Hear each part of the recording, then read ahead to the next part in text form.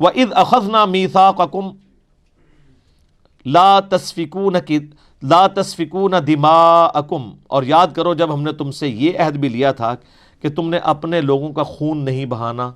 کسی کو ناحق قتل نہیں کرنا، ولا تخرجون انفسکم، اور نہ گھروں سے ایک دوسرے کو نکالنا ہے، من دیارکم، اپنے گھروں سے، ثم اقررتم، اس کے بعد تم نے اقرار کیا، وانتم تشہدون، جبکہ تم اس پر گواہ بھی تھے کہ اللہ نے یہ عہد لیا کہ یہ اصل میں 12 قبیلے تھے نا،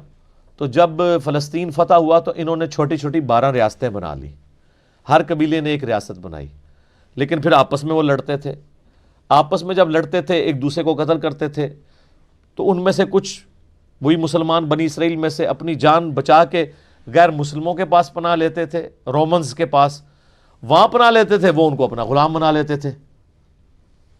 تو یہ اس طرح چین تھی۔ تو اللہ فرماتا ہے ہم نے تو تمہیں منع کیا تھا کہ یہ حرکتیں نہیں کرنی، قتل نہیں کرنا، کسی کو اس کے گھر سے نکلنے پر مجبور نہیں کرنا، ثم انتم، پھر تم وہی ہو نا، تم ہؤلاء تقتلون انفسکم، کہ تم قتل کرتے ہو اپنوں کو، یعنی اپنے دوسرے بھائیوں کو، بنی اسرائیل کے جو 12 قبائل آپس میں لڑتے تھے، وتخرجون فریقا منکم من دیارہم، اور ایک فریق دوسرے کو اس کے گھر سے نکلنے پر مجبور کر دیتا ہے، تظاہرون علیہم بالاثم والعدوان، اور تم مدد کرتے ہو ان کے خلاف دشمنوں کی گناہ اور ظلم کے اوپر۔ ظاہر ہے پھر جب اندر میں پھوٹ پڑے گی تو باہر سے بھی آپ کو پتہ ہے جن لوگوں کے انٹرسٹ ہوں گے تو پھر کافروں کے ساتھ مل کے اپنے مسلمان بھائیوں کے ساتھ یہ تم سلوک کرتے تھے۔ ظاہر ہے بنی اسرائیل تو اس وقت مسلمان ہی تھے نا، سابقہ امت مسلمہ ہے۔ وَإِن يَأْتُوكُمْ أُسَارَىٰ، اور جب وہ قیدی بن کر تمہارے پاس آتے ہیں، اچھا جب قیدی بن کے آتے ہیں تو پھر ان کا خون جوش مارتا ہے کہ یار یہ تو ہمارے ہی ہیں، ٹھیک ہے، تو پھر وہ کہتے ہیں وہ اللہ نے بڑی ترغیب دلائی ہے کہ قیدیوں کو آزاد کیا جائے اللہ کی راہ میں، پھر وہ فدیہ دے کے ان کو آزاد کرتے تھے، کہتے تھے تو ثواب کا کام ہے، حالانکہ وہ بیچارے غلام تمہاری وجہ سے بنے ہوئے تھے، ان کی غلطیوں کی وجہ سے وہ نکلے، ملک سے نکلنے پر مجبور ہوئے اور کافروں کے ہتھے چڑھے۔ تو اللہ فرماتا ہے اس کے بعد وہ جب تمہارے پاس قیدی بن کے آتے ہیں تو فادوہم وہو محرم علیکم، تم بڑے پاک باز بن کے ان کا فدیہ دے کے ان قیدیوں کو آزاد کرواتے ہو، حالانکہ ان کا نکالنا، وہو محرم علیکم اخراجہم، حالانکہ ان کا ان کے ملک سے نکالنا تمہارے لیے حرام تھا۔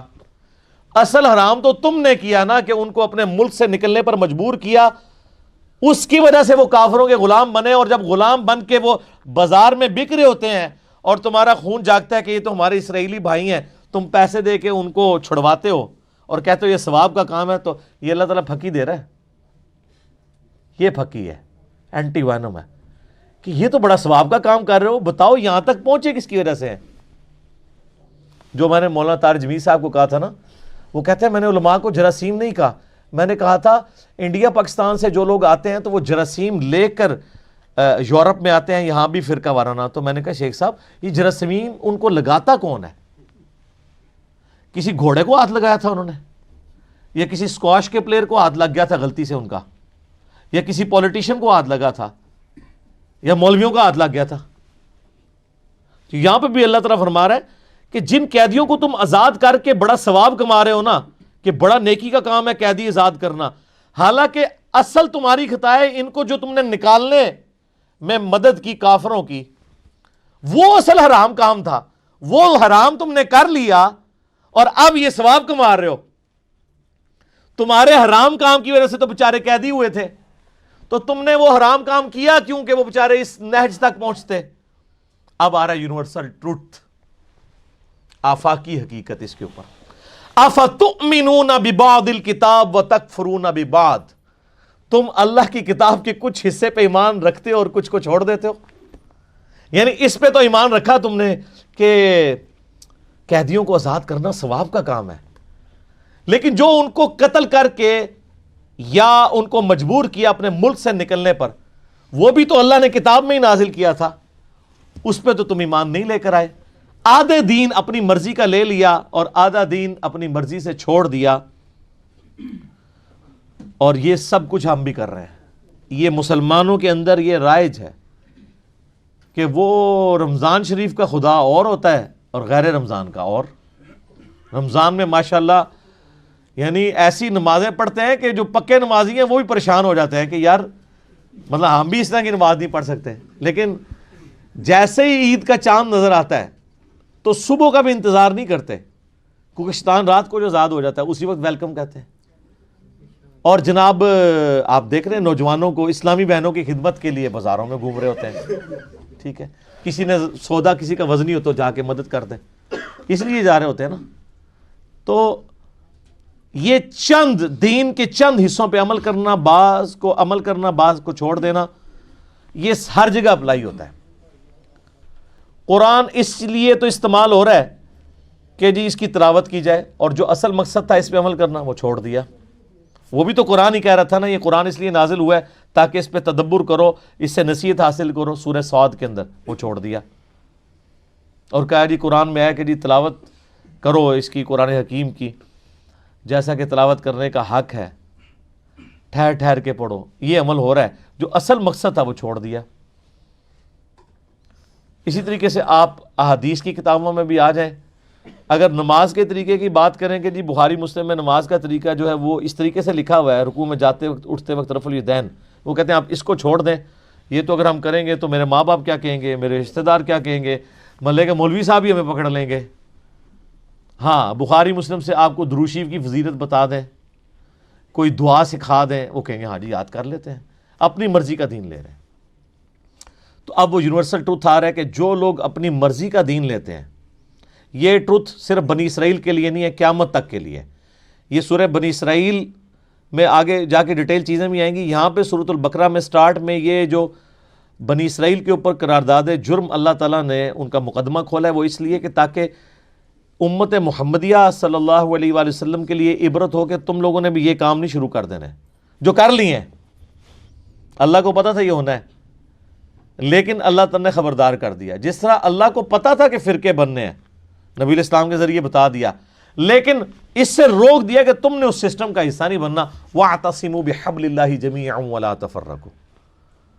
وہ کہتے ہیں نا یہ حدیث میں پہلے ہی آیا فرقے بننے ہیں, اور یہ تو نہیں آیا کہ فرقے بناؤ, وہ تو خبر تھی. جیسے مسلم شریف میں حدیث ہے کہ عورتیں قرب قیامت میں ایسا چست لباس پہنیں گی گویا ننگی ہو. تو اب کوئی اپنے گھر والوں کو ننگا لباس بنانا شروع کرتے کہ جی وہ تو پہلے حدیث میں آیا کہ پہنے گی. نہیں, وہ تو بتایا گیا اس سسٹم کا حصہ نہیں بننا. فرقے بنیں گے, تم نے اللہ کی رسی قرآن کو مضبوطی سے پکڑنا ہے, فرقوں میں نہیں بٹنا. یہاں پہ بھی دیکھیں اللہ تعالیٰ فرماتا ہے جو لوگ کتاب کے بعض حصے پہ ایمان رکھتے ہیں اور بعض کو چھوڑ دیتے ہیں, فما جزاء من يفعل ذلك, ایسے لوگوں کے لیے جزا نہیں ہے. جزا یعنی یہ سزا کے معنوں میں, کیونکہ عربی میں دونوں طرف یہ استعمال ہوتا ہے. منکم, تم میں سے جو کوئی ایسی حرکت کرے کے لیے اس کے لیے جزا نہیں ہے, الا مگر یہ, خزی فی الحیات الدنیا, کہ دنیا میں اللہ تعالیٰ ایسے لوگوں کو رسوا کر دے گا. آج 1.5 ارب مسلمانوں کی رسوائی ہمارے سامنے ہے. صحیح مسلم میں حدیث ہے, نبی علیہ السلام نے فرمایا اللہ تعالیٰ اس کتاب کی وجہ سے لوگوں کو عروج دے گا اور اس کتاب کی وجہ سے لوگوں کو ذلیل کرے گا. صحابہ کرام علیہم رضوان کو, اہل بیت کو عروج اس کتاب کی وجہ سے ملا,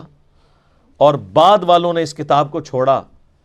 تو ذلت اور خواری. اللہ نے فرمایا تھا کہ بعض حصہ بھی کتاب کا چھوڑ دیا تو مارے گئے, ہم نے تو کتاب کا اکثر حصہ چھوڑ دیا ہوا ہے. اسی کو ڈاکٹر اقبال نے جواب شکوہ میں اللہ کی طرف سے جواب دیتے ہوئے کہا ہے, وہ زمانے میں معزز تھے مسلمان ہو کر, اور تم خوار ہوئے تارک قرآن ہو کر.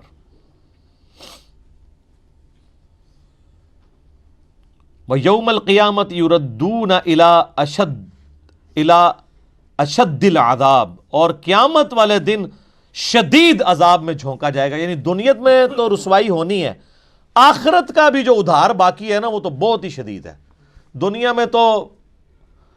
یعنی زیادہ سے زیادہ کوئی کتنا جی لے گا رسوائی کے لیے, 60 70 80 سال, لیکن آخرت کا جو عذاب ہے وہ تو بہت شدید بھی ہے, لمبا بھی ہے,